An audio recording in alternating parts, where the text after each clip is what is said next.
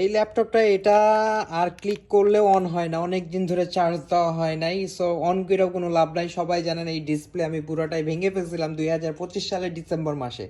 যারা জানেন তারা অবশ্যই বুঝবেন যে আমি কেন ভাঙছিলাম, আর যারা জানেন না তাদের জন্য বলতে চাই যে এমন একটা পরিস্থিতির মধ্যে পড়ছিলাম যে আমার নিজের জীবনের সব থেকে বড় অ্যামাউন্ট, আমার সারা জীবনের ইনকাম বলতে পারেন, সেটা আমি একদিনে সব শেষ করে ফেলছিলাম। সো এটার জন্য আমার এই ল্যাপটপটা শেষ হয়ে গেছিলো। এটা আমার অনেক ভালোবাসার একটা ইমোশন বলতে পারেন, ঠিক আছে? এটাকে আমি অনেক ভালোবাসি, এটা আমার ইমোশন। অ্যান্ড এটাই আমার কাছ থেকে হারিয়ে গেছিলো 2025 সালে, বাট এখনও ফেলে দিই নাই। এটা আমার কাছে থাকবে সব সময়, আর চেষ্টায় আছি এটাকে ঠিক করব। ইনশাল্লাহ ডিসপ্লে পাওয়া যাচ্ছে না, তবে এটাকে ঠিক করার চেষ্টায় আছি। তবে দেখেন আর একটা নতুন ওয়াইফ এটা আমার, ঠিক আছে? এটা ফুললি ডিসপ্লে, অ্যামুলেটেড ডিসপ্লে, ঠিক আছে?